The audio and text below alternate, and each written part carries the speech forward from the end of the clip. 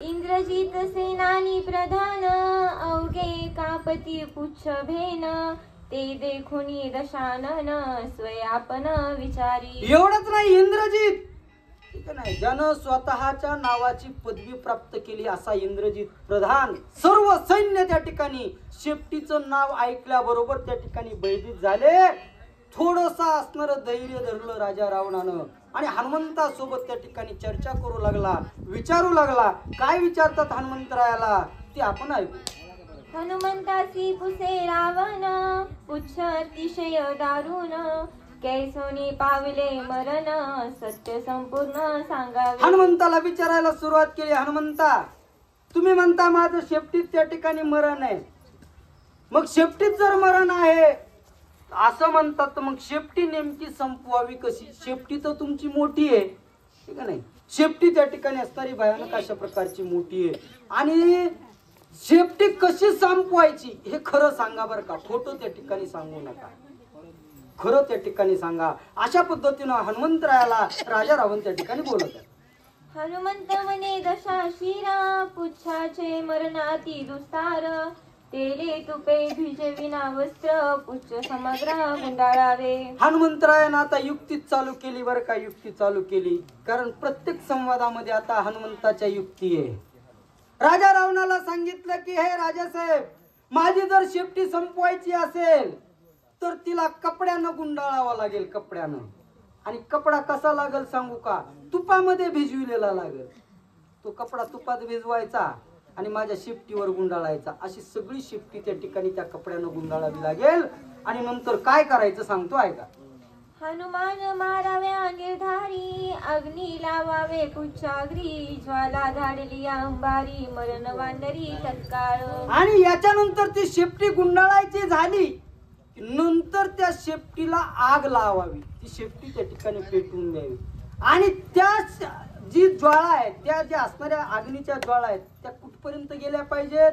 आकाशापर्यंत गेल्या पाहिजेत, इतका भडका झाला पाहिजे, तेव्हा शेपटी मरत। अशी नाही मरत उगं थोडासा अग्नी लावला आणि चुटक्यालाच मिली असं त्या ठिकाणी घडणार नाही। आणि शेपटी जळाली की मला त्या ठिकाणी मृत्यू येणार, अशा पद्धतीने त्या ठिकाणी हनुमंतराय बोलतात। उघडे राहिल्या तिळभरी मरण नाही पुच्छावरी येईल राक्षसा महामारी करील बोहरी लंकेची। कारण त्या ठिकाणी पुन्हा अजून सांगितलं बरं का, पथ्य बी असावं लागतं औषधासोबत आहे का नाही? औषध पथ्य नाम विठोबाचे। परमार्थ करायचंय म्हणजे उगाच नुसतं सोंग घेऊन परमार्थ होत नाही, नुसतं सोंग घेण्यानं परमार्थ होत नाही।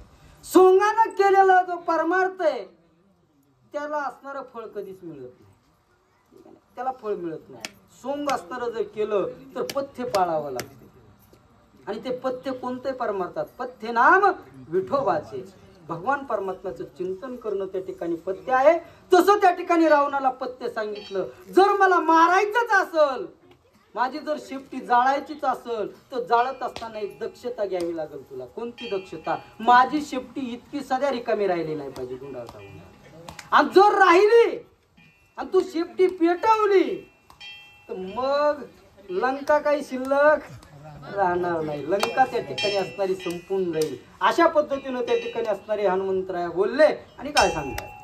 हनुमान न म्हणाला कपटी मी सांगतो सत्य गोष्टी ऐसी अंगावन असेल लाटी तरी तू वेष्टी कपपुच्छा। तरी असो मला तू कपटी म्हणू नको उगाचच काय बी, मी जे सांगतोय ते खरे हनुमंतरायाने सांगितलं, मी त्याच्यामध्ये कुठल्याही प्रकारचं असत्य त्या ठिकाणी बोलत नाही। तुझ्यात जर पुरुषार्थ असेल तर माझी शेपटी गुंडाळ, उगाचच असणार बोलत बसू नको, कसंच मरण येईल आणि कायच होईल। त्या जटायूला जसं फसविलं तसं फसविण्याचा प्रयत्न मला करू नको आहे का नाही? जटायूचा तू घात केला खोटं बोलून, काही असतेच ना खोटं बोलून देखील घात करणारे, तसं त्या ठिकाणी तू केलंस, तसं त्या ठिकाणी मला चालणार नाहीये। तुझ्यात किती असणारी पराक्रम आहे, किती पुरुषार्थ आहे तो या ठिकाणी मला दाखव, असं त्या ठिकाणी वर्णन आहे। ऐसे तुझा असेल शक्ती हे गे पुच्छ देतो हाती शीघ्र ते वस्त्र प्रयुक्ती आती निभूती गुंडाळावी। तरी असो अशा प्रकारची जर तुझ्याकडे ताकद असेल, पुरुषार्थ असेल, पराक्रम असेल तर माझा जीव तुझ्या ताब्यात देतो। शेपटी म्हणजे आता जीवच आहे ना, घे ही शेपटी तुझ्या हातात। जर पराक्रम असेल तर गुंडाळ, सगळे असणारे त्या ठिकाणी तुपामध्ये वस्त्र त्या ठिकाणी बुडवून गुंडाळ आणि त्याला पेटवून दे. खरा किती पराक्रमी असतो मी ते पाहतो, असे हनुमंतराय त्या ठिकाणी बोलले. पुच्छ गुंडाळाव्या ओढाओढी, स्त्री पुरुष नागवी उघडी, लंका नागवली रोकडी, कडो विकडी पुच्छाची. आता शेपटी गुंडाळायचा प्रयोग हनुमंतांनी का केला याचं कारण सांगितलेलं आहे नाथांनी. कारण लंका नागवी करायची होती, कोणीही शिल्लक ठेवायचा नाही. कारण देवाला विरोध करणं हे काही योग्य नाही, हे सिद्धांत इथं पटवून द्यायचा आहे. नागवण या शब्दाचा अर्थ वेगळ्या वेगळ्या प्रकारच्या रूपकामध्ये त्या ठिकाणी घ्यावा लागतो, ठीक आहे नाही. झालेल्या अहंकाराला झाडायचं होतं, नाही काहीच शिल्लक ठेवायचं नव्हतं. एकही असणारं वस्त्र त्या ठिकाणी, आता वस्त्राचे अनेक प्रकार आहेत, ठीक आहे नाही. दुसऱ्याला लुटायला घातलेलं वस्त्र वेगळंच असतं, ठीक आहे नाही. स्वतःच असणारं फायदा करून घेणारं वस्त्र वेगळंच असतं. अशी सगळी नागणूक त्या ठिकाणी करायची आहे. एकही त्या ठिकाणी असणारा शेवय ठेवायचा नाही.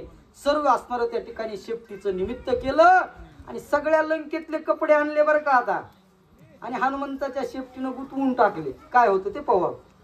सभा नागवली म्यानिशी, लंका नागवली दिवसी, पुच्छ करुणी कासाविसी, राक्षसासी उगावणी. तरी असं सर्व असणारे त्या ठिकाणी नागवणी केलेली. कोणीही असणारे त्या ठिकाणी सभेमधले असतील, कुठले असतील, प्रत्येक ठिकाणचे असणारे त्या ठिकाणी उघडे असणारे त्या ठिकाणी करून टाकलेले.